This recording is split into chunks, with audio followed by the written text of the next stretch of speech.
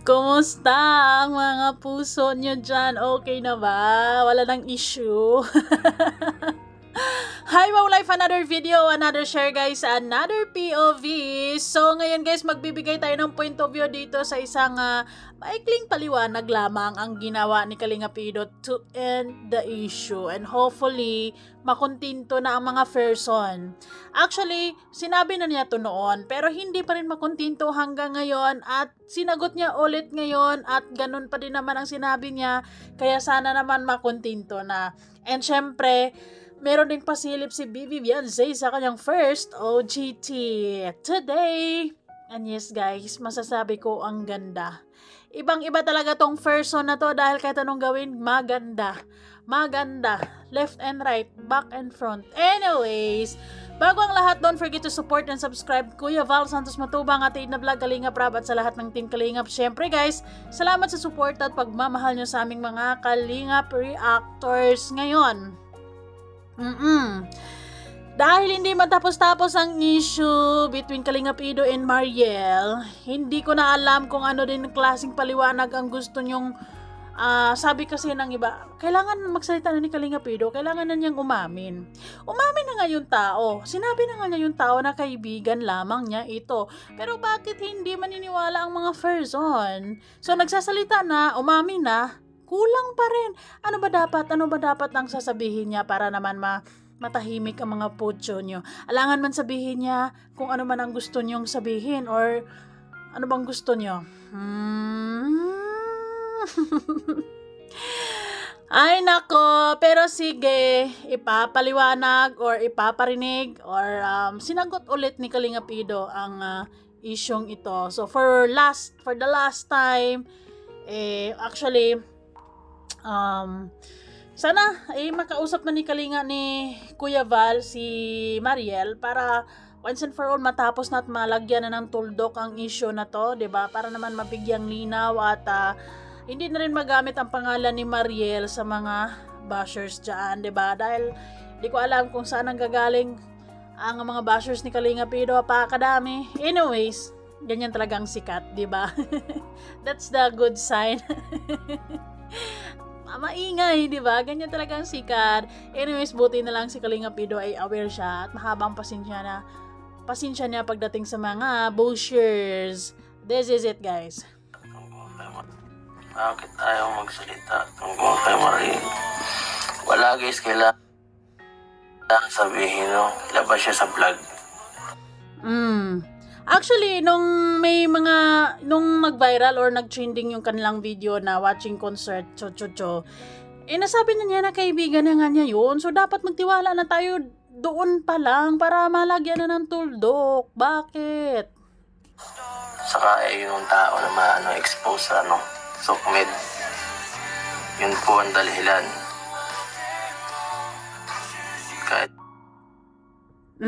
So, ang dahilan ni Kalinga Pido, ayaw na niyang pag-usapan siguro ng paulit-ulit si Mariel kasi wala nga naman sa sukmin si Mariel, di ba? So, as a respect sa taong, pero nagtitiktok naman po siya. Sasabihin ng mga ibang pero nagtitiktok naman siya. Kung ano ngayon kung magtitiktok, di ba? Anyways, ang pag-asa na lang talaga ng mga hindi pa naniniwala ay si Kuya Val na lang. Anong sabihin ko na kaibigan, di kayo makikinig. Totoo. Hindi ko alam kung anong gusto nilang mangyari. Sinabi na kaibigan pero kulang pa din. Ano pa ba? So ano pang point?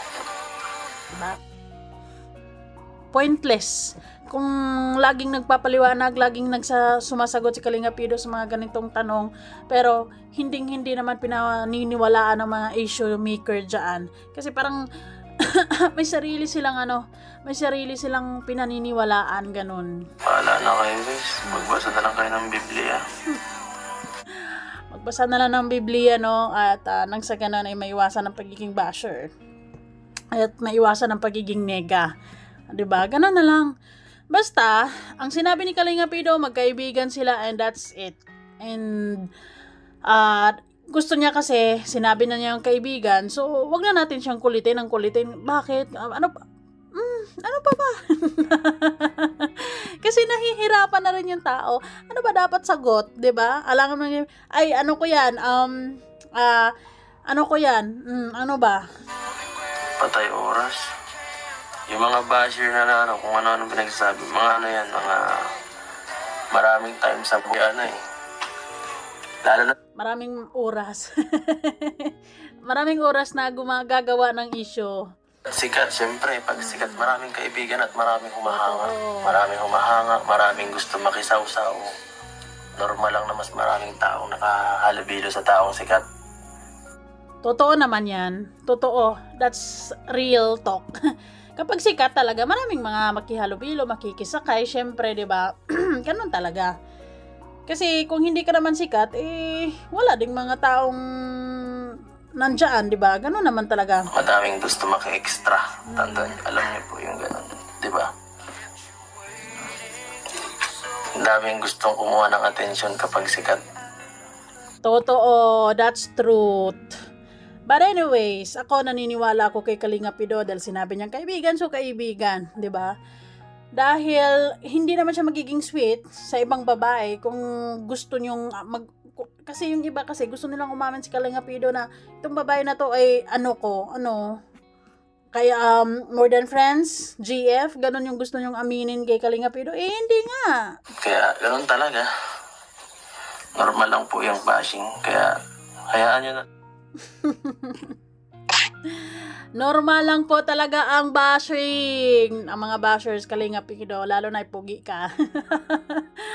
Actually, yung mga bashers ni Kalinga Pido, siguro galing pa yan sa mga iba't ibang love team niya noon na hanggang ngayon ay hindi pa rin nakaka-move on at bitter pa din sa buhay, no?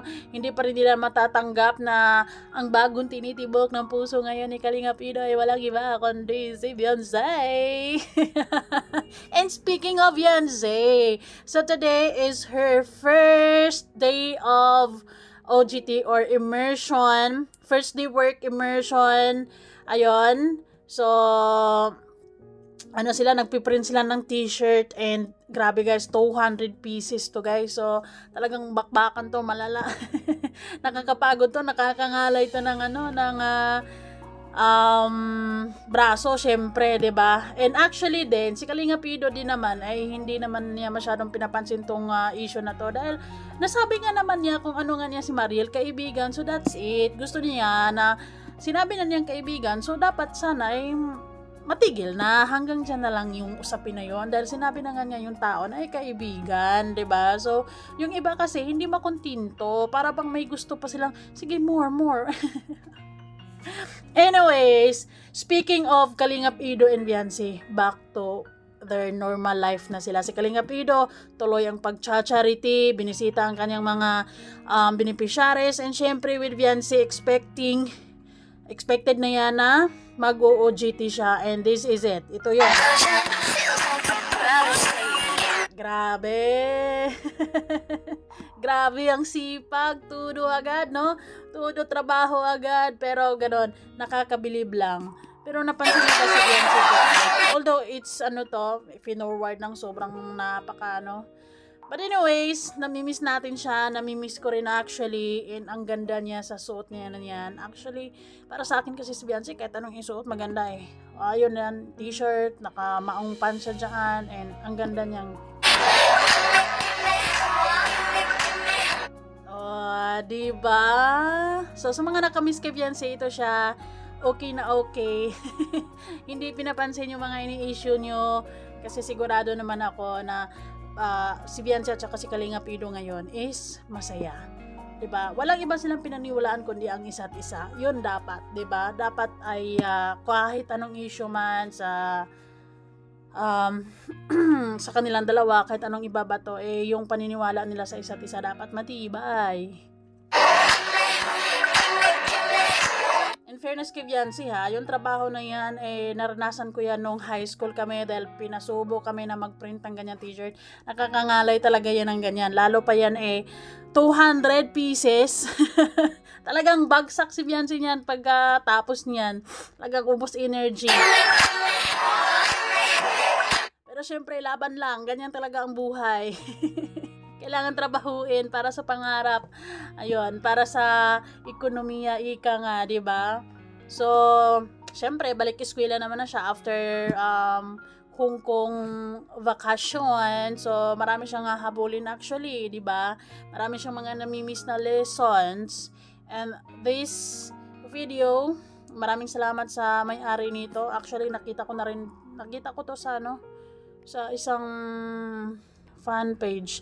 Ano pala to, sa DTF Printing. Ayun. May pasilip sila. Grabe ang sipag. So, sa mga EDSI fan dyan na nakakamiss sa EDSI, ay wag na kayo masyadong malungkot. Wag na masyadong isipin ang mga about sa issue ni Kalingap Ido at saka ni M, na kung ano-ano pa yan, dahil sinabi na nga niya kaibigan. So, doon tayo magtiwala. Diba? Focus tayo. Focus tayo sa kung anong mga kaganapan ngayon. Si Beyonce ay balik eskwela, syempre. OJT niya, siguro, di ko alam, 2 weeks ba yung OJT na yan or 1 week, depende. Si Kalingap Ido, balik trabaho. Ganon ang dapat nating isipin. Huwag na tayong mag-isip ng kung ano-ano pang mga issues. Dahil sasakit lang yung ulo nyo, kakaisip kung ano pa man yan. Ang makakaresolba niyan, kung gusto nyo talaga ng rason na sakto sa iniisip nyo, si Kuya Bale, interview nyo.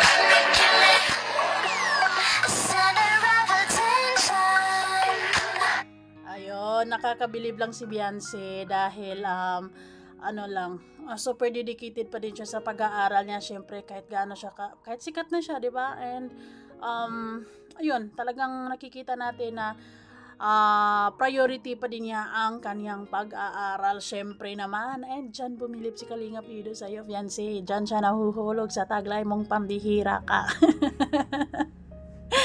Hindi lang maganda deep inside and out, ganon. Gandang from within. Hindi, kasi marami kasing nakakamiss kay Beyonce, no? And actually ako, isa din ako sa nakakamiss, and pasilipin nyo kasi din live ni Kalingap Ido para hindi kayo masyadong mabored or hindi kayo masyadong makakamiss sa kanila. Silipin nyo. And then si Beyonce, ito maganda kasi may pasilip din. So, start na pala ang kanyang OJT. Ayun. Grabe ang sipag, ang tatag ng babaeng ito. Hindi basta-basta. 200 pieces t-shirts yan, guys. Mass blood donation ang nakaprint. So, nakakangala yan. Pero ganyan talaga, laban lang para sa ekonomiya, Beyonce, para sa pangarap, para sa future. Di ba?